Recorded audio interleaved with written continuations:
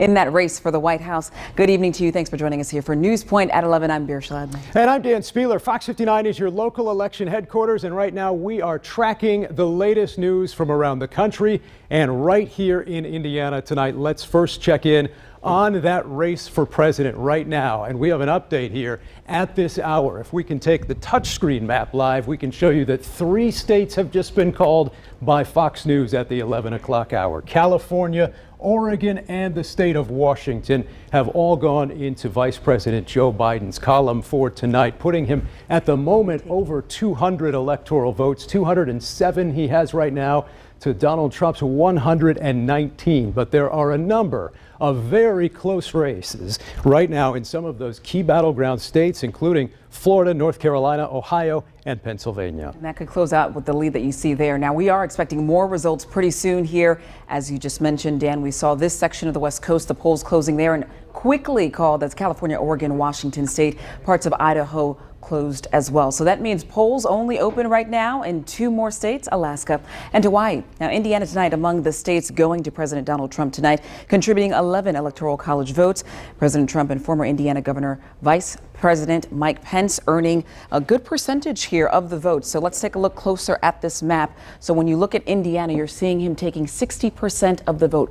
1.3 million Hoosiers voting for the president, a place that we thought we would be here when we're talking about Indiana. Now, we're also watching a few other races across our region. That includes the 5th district. That has been all too important tonight, one that has been too close to call yet. We have some team coverage as we're watching what's going on in central Indiana following that race here for governor as well as the AG's office. But again, Indiana's competitive 5th district in the U.S. House, something, Dan, that we've been watching pretty closely. We do have Kayla Sullivan. She's watching that for us here. Lindsey Eaton is there as well. Courtney Crown and Kelly Rinke all watching these races for us tonight. We're checking in on how election officials are handling this record-setting turnout, racing to count those ballots tonight. We'll be checking in with our crews, but first let's get a check on some of those latest numbers here in the state of Indiana. The governor's race, Republican Governor Eric Holcomb winning re-election tonight against Democratic challenger Woody Myers and Libertarian Donald Rainwater. Republicans also winning the Attorney General's contest.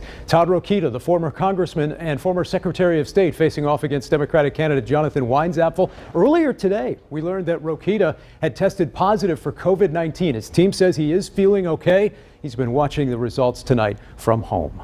So the other big race that we talked about watching here, it's Indiana's 5th District Democrat Christina Hale and Republican Victoria Spartz. They are vying for a seat tonight in the U.S. House. So we want to check in with Fox 59's Kayla Sullivan. She's been following this race for us this evening from the Hotel Carmichael in Carmel. That is where the Spartz campaign is following these results pretty closely here. So still too close to call. But Kayla, what are you hearing from the Spartz campaign?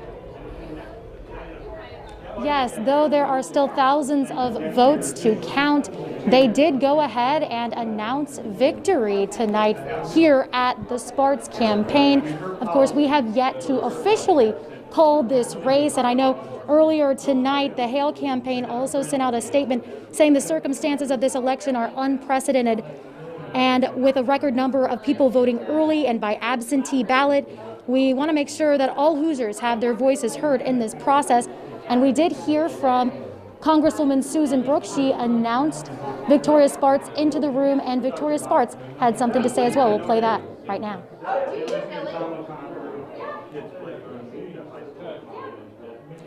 All right, I'm sorry we're having a little bit of technical difficulties, but I will go ahead and read you a little part of what she did have to say momentarily. Just 1 minute.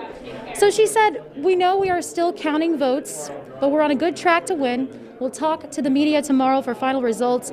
We have a lot of politics, but we have to start with policy. Congress has to deliver results."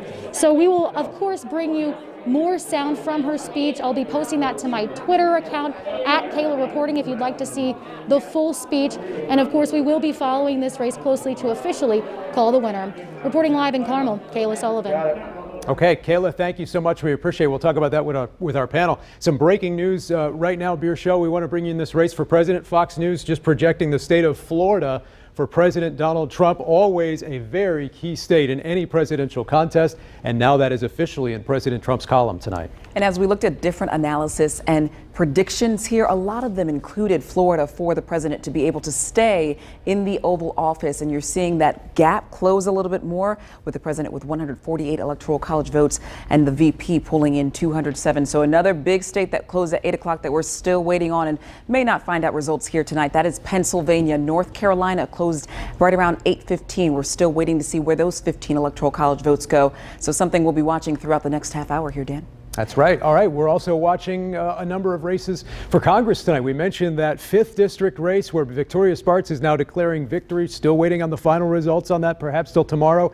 These races, no surprise, these are races here, District 6 and some of the other congressional races that were not expected to be close, and they were not. Congressman Greg Pence winning re-election tonight in the 6th district, handily defeating Democratic candidate Jeanine Lee Lake. And then we move into District 7. Democratic Congressman Andre Carson winning re-election against Republican challenger Susan Smith. He'd been serving since 2008. Again, Dan, this is another area here we expected this type of landslide.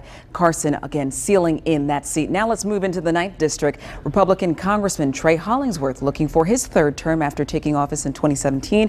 He is running against Democrat Andy Ruff, and as you see there, Hollingsworth pulling in 67% of the vote. He has been declared the winner here in this district. So overall, a big night for Indiana Republicans already. Let's check in with Fox 59's Courtney Crown downtown at Indiana GOP headquarters. Courtney, a lot of celebration tonight for the Indiana GOP. Yes, absolutely, Dan. You know, an hour ago, it sounded a lot different in this room. Lots of cheering and clapping and celebrating. Then Governor Holcomb, he spent about 20 minutes after he wrapped up his victory speech, thanking his supporters face to face and even taking some pictures with him. Now, during that victory speech, they gathered around the podium as Governor Holcomb started his victory speech with, "Oh, what a night." Holcomb did say it's back to work for him and Lieutenant Governor Suzanne Crouch and their team. The governor cited some of his team's accomplishments from his first term. Those include lowering the infant mortality rate, decreasing the overdose death rate, as well as reducing prison recidivism. And finally, he addressed all Hoosier voters tonight. Let's get busy. Let's get busy helping our neighbors in need, just like all those nurses and doctors and assistants and teachers and law enforcement officials and firefighters and Indiana National Guards, women and men. Every time they leave home to serve us. Let's get busy. Let's get busy. Well, Governor Eric Holcomb says that he also had a good conversation with Democratic candidate Dr. Woody Myers tonight. He said he got a chance to thank him for stepping up and providing Hoosiers another option in this race for the governor's seat. That's the latest from downtown Indianapolis tonight. I'm Courtney Crown, Fox 59 News. Okay, Courtney, thanks. A big night, as you mentioned, for Indiana Republicans. Nationally, Republicans still hoping to hold on to leads in a number of swing states tonight, including North Carolina, Pennsylvania, where the president currently holds an advantage. And as we just mentioned, Fox News now projecting the state of Florida for President Trump tonight. Indiana, one of the first states on the board tonight for President Trump, with heavy turnout, and President Trump with a 22-point advantage right now in the state of Indiana. Let's bring in Jennifer Wagner, Mike Murphy. We talked about it on In Focus this past week, Mike. You know, there was some thinking, maybe polling that showed the president even in a single-digit race here in the state of Indiana. Tony Samuel said he thought it was going to be a 22-point advantage. Sure enough, right now, I got to hand it to Tony. It's a 22-point advantage. It probably will close a little bit over the next few hours, but still a big margin. This is usually the time of night when the Lake County Democrats call state headquarters and say, how many votes do we need? But that's not going to happen. No matter what they produce in Lake County, he's not going to switch anything. The Republicans are having a big night. And Jennifer, we mentioned Indiana Republicans having a big night. Governor saying it's back to work tomorrow. It truly is, in the midst of this pandemic. Of course, a weekly briefing tomorrow with the state health commissioner as those coronavirus numbers continue to surge in our state. Yeah. What will we see here in the coming days? I think we could very likely see a rollback into some of our earlier stages on the COVID relief and preparations. And look, I think Governor Holcomb will continue to be a strong leader on this and do what's right. It's a big night for Indiana Republicans. Congratulations, Mike. You guys, you ran the table, and I didn't see it coming. So I think, whatever happens nationally, Indiana Democrats have a lot of work to do to get us to a better place. There's still a long way to go. If you look, Dan, at southern Hamilton County, once again, all the Republicans are winning. Jerry Torres seems to be up comfortably now. He was in a pretty scary position earlier. Houston's going to win. Shavely won. Even in South Bend, it looks like a Republican may win in South Bend. That's on the scale of an Eskimo winning an ice fishing contest in Ecuador. I mean, it's never heard of in South Bend. We've heard about this red mirage, this blue mirage. It's starting to look like there could be a fairly significant polling error once again, particularly in Rust Belt states. Yeah, and I think, we started out this evening thinking that maybe, Victoria Spartz would be hurt by her alliance with Trump, and I think she's probably going to be helped by it. I think Trump had coattails that nobody saw. I'm not going to blame pollsters. It's so easy to do that. Everybody loves to do that. I think at the end of the day, fear is a stronger message than hope, and apart is a stronger message than unity. It doesn't mean we should give up on those things, but I think those voters, again, didn't identify with the candidate that they were going to choose because they were worried about how they would be seen. And we don't know yet, again, how many absentee ballots still remain to be counted. The process of doing all of this is very different this year. But you have to wonder about the pandemic itself and if that potentially had an impact on turnout. Did it scare Democratic voters away from the polls who were concerned at all about COVID-19? I don't think it did. I think the Democrats had plenty of motivation to vote, and it's a little bit early to start assigning motivation. Quite frankly, that'll take days of interviews, and that's what reporters like you are for, right? You figure that out. But I do think that there was some backlash against the closing down. We saw that again in the rainwater performance. That also you got double digits tonight. Yeah, that also went to Trump's benefit, obviously. And I think that Trump, we don't know what the status of the presidential election is yet, but Trump has been very effective in scaring people that, you're not, the Democrats, if you vote for a Democrat, you're not really voting for Biden, you're voting for Harris, who is a socialist.